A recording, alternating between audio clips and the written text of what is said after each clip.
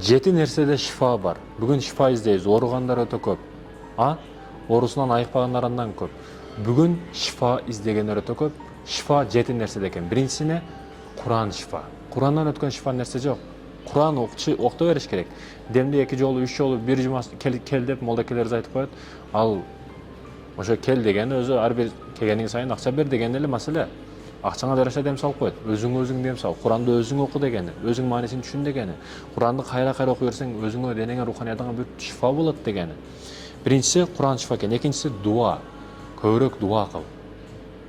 Биздикилер какпаган эшиги калбайт. Анын акырында кел дуа кылат да, Аллахым шифа берди. Биринчи дуа кыл, андан кийин барып эшикти как. Себебин изде деп атам да. Бардыгы жакшы болот.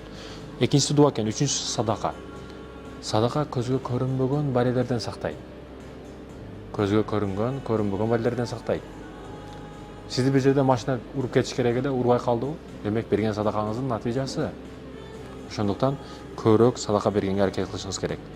Бай болуп садака берем дебеңиз. Азыр 100 сом барбы, 5 сомдон садака кылганды билиңиз. Ошентип өнүгөт адам. Андан кийинки төртүнчүсү бал экен, асал экен. Дүйнөдөгү бардык продуктта жада калса темир дагы турса дат басат, заң басат. Бардык продуктта ачыйт, айныйт. Бирок эмне көбүрөөк турса таттуу болот, жакшы болот десеңиз, бул асал, бал. Бал көбүрөөк жешибиз керек. Балда шифа деп бар деп пайгамбарыбыз айткан. Ошондуктан балды көбүрөөк жешибиз керек. Көп дегени балды жеп тыгылып, өлүп калып, сахар болуп кал деген эмес. Эртең менен кеч бир кашыктан, ошо кыл чайыңа кошуп аралаштырып ичип, жол менен кылышыбыз керек. Бал көбүрөөк жегенге аракет кылышыбыз керек. Азыркы учурда таза бал табыш кыйын. Таза бал тапканга аракет кылып, атайын таласынан барып алганга жетпейт. Жеке мен ошо орустар келип ящиктерди коет эле, ошо чыгып атканда аягында огороддон чыгып атканда бир фляг бал таштап кетет. Ошо таза бал да. Ошол сыяктуу издеп барып тапканга жетпейт. Таза бал болсо, ишенимдүү колдордон алган балга жетпейт. Себеби бүгүн сахар баягы наваттан калган таттууларды көп кошуп салып атат. Андан кийинкиси, бешинчиси замзам бешинчиси. Замзамга маани бериңиз. Бардык сууну отуруп ичиш керек, бир эле сууну кыблага карап дуа кылып ичиш керек. Бул замзам суусу. Замзам суу ичкенде билесиз, кадимкидей эс алып каласыз. Биз Мекке ажылык десе эң биринчиден ойлойбуз, тамак ашын ойлобойбуз, замзамды ойлойбуз. Көрдүңүзбү? Тамагы тартып турбайт, замзамы тартып турат бизде.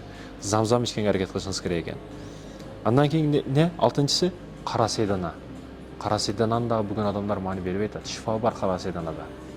Мында хадистер да келген бул маселеде. Кара сейдананы да туура колдонуп, туура жеп, бул маселеге маани беришиңиз керек. Андан кийин акыркысы жетинчисине курманын шаңги. Боюнда барлар дагы атайын дуалар бар, ошо Куранды шаңге атайын бирдекелерди аралаштырып жесе ичсе, ошо боюнда бар болбой аткандар дагы жардам берет. Жардам бергендерди көрүп угуп эле жүрөбүз. Курманы көбүрөөк жешибиз керек. Май, АБВСГде рахмети витаминде, алмада кальций бар дейбиз, мындай бар дейбиз. Ар кандай мөөлөр жейбиз, бирок ошо витаминдер бардыгы чогулуп келип эмнеде бар? Курмада бар. Курма жешибиз керек. Ошончолук ыстыкта быш өтө оригинал бышкан ол курма болуп эсептелет. Мадинадан келген ажва деген курмаларды көбүрөөк жегенге аракет кылышыбыз керек. Оригинал нерсе. Бул урматтуу мекендешим, сенин организмиң завод. Заводко оригинал нерселерди киргиз.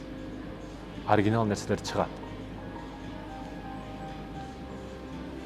Урматтуу мекендештерим, мурдагы адамдардыкы жөнөкөй эле ошо артын тазалаш маселесин карасаңыз, мурдагы адамдар ошо чыккан маселеси дагы, арттан чыккан заң да өтө катуу болгон. Бүгүнчү бүт бардыгы суюк. Ошондуктан буумага, андан кийин жуу, андан кийин дагы буумага менен кургакта деген маселе бар. Айтайын дегеним, бүгүн жеп аткан нерсеңизге маани беришиңиз керек. Кытайский арзан, эртең ошо оору болуп чыгып кетет денеңизден. О нерсе кымбатыраак акчаңыз алып кетип калат. Кичине кымбатыраагын жек, кымбатыраагын ал, кымбатыраагын кий. Рону ысырап кылба деген маселе. Айтайын дегеним, жети нерседе шифа бар, ушул шифага басым жасаңыздар. Ушул нерселерди бир күн мунусун, бир күн экинчисин, бир күн үчүнчүсүн кылып, күн катары кылып жүрсөңүз, Аллахым оорудан алыс кылат.